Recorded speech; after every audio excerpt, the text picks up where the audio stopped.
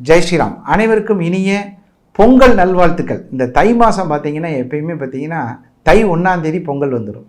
முதல் நாள் மகர மாதம்னு பேர். உங்கள் அனைவருக்கும் பொங்கல் வாழ்த்துக்கள். இந்த மகர மாதத்தில் வரக்கூடிய ராசி பலன்களை பற்றி இப்போ பார்க்க போகிறோம். மகர மாதம் அப்படிங்கிறதுக்கு எப்படி என்ன சார் அப்படி ஒரு விஷயம் அப்படின்னு பார்க்கும்போது உத்தராயணம்னு பேர். உத்தராயணம் அப்படின்னா என்ன அப்படின்னு கேட்டால் மகர மாதத்தில் வரக்கூடிய உத்திராடம் 2ஆம் பாதத்தில் சூரிய பகவான் பிரவேசிக்கிறதுக்கு பேர் உத்தராயணம்னு பேர்.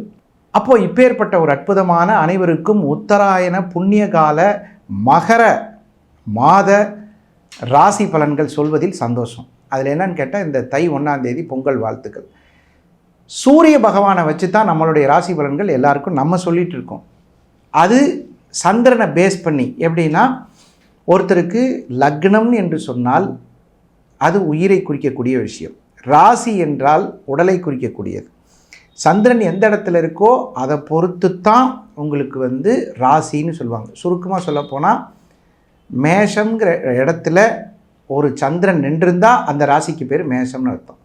மேஷங்கிற இடத்துல ஒரு லா போட்டு இப்படி இது போட்டிருந்தா லக்னம்னு பேர், மேஷ லக்னம்னு பேர். ஸோ மேஷராசிக்கு எப்படி இருக்கும், ரிஷபராசிக்கு எப்படி இருக்குங்கிறத இப்போ பார்க்க போகிறோம். ரிஷபராசிக்காரங்களுக்கு 7ஆம் அதிபதியான செவ்வாய் நல்ல இடத்தில் இருக்கிறார். ஒரு ஜாதகனுக்கு கல்யாணம் ஆகணும்னு ஒரு இருக்குது. கல்யாணம் ஆகிறதுக்கு என்ன பண்ணுறது அப்படின்னு பார்த்தா திருமைச்சூர் அம்பாள் ஸ்தலம். உண்மையாகவே சொல்கிறேன், ஒரு மனுஷன் வாழ்க்கையில் நல்ல ஸ்தலம் ஒன்று கிடைத்து விட்டால் அவனை மாதிரி பாக்கியசாலி யாருமே இல்லை. இந்த நாடின்னு ஒன்று இருக்குது, விஷயம் தெரியுமா உங்களுக்கு? நாடி படிக்கிறதுன்னு பேர். அதில் ஜீவநாடின்னு ஒன்று இருக்குது. இந்த ஜீவநாடியில் ஒரு சிலருக்கெல்லாம் வரும். அது மறைந்த முன்னாள் முதல்வர் அவருக்கு ஒருத்தர் படித்தவர் என்ன சொன்னார் என்கிட்டன்னு கேட்டால், இந்த மாதிரி ஒரு மூகாம்பிகை கோயிலுக்கு போயிட்டு வாங்கன்னு சொன்னாங்க. அது மாதிரி ஒரு சிலருக்கு அந்த திருத்தலம் தெரிந்து விட்டால் நீங்கள் வெற்றியாளர்களேன்னு பேர். அது பெரிய விஷயம்.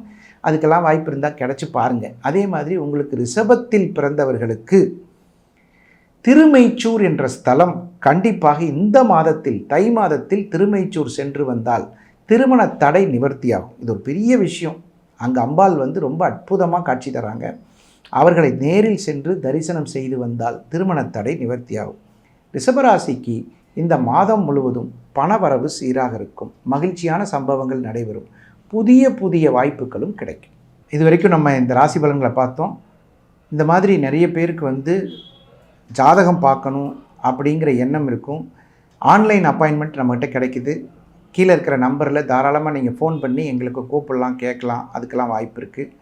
அதே மாதிரி நேரலை லைவும் நம்மளுடைய இதில் இருக்குது. நம்மளுடைய நெக்ஸ்ட் ஜெனில் நியூ ஜெனில் இருக்குது. அதே மாதிரி உங்களுடைய கருத்துக்களையும் நீங்கள் தாராளமாக கீழே போடலாம். நேரடியாக பார்க்கணும் சார், உங்களை நேராக தான் சார் பார்க்கணும் அப்படின்னு நினைக்கிறவங்க நங்கநல்லூர் மற்றும் கோயம்புத்தூரில் மட்டும்தான் இப்போதைக்கு. ஆக்சுவலாக நம்ம மதுரை, சென்னை, ஒசூர் எல்லா இடத்துலையும் இருந்தோம். இப்போ இதுக்கப்புறம் நம்ம அதை பண்ணுறதில்ல. சென்னை மற்றும் கோவையில் நேரடியாக நீங்கள் தாராளமாக பார்த்து பேசிக்கலாம்.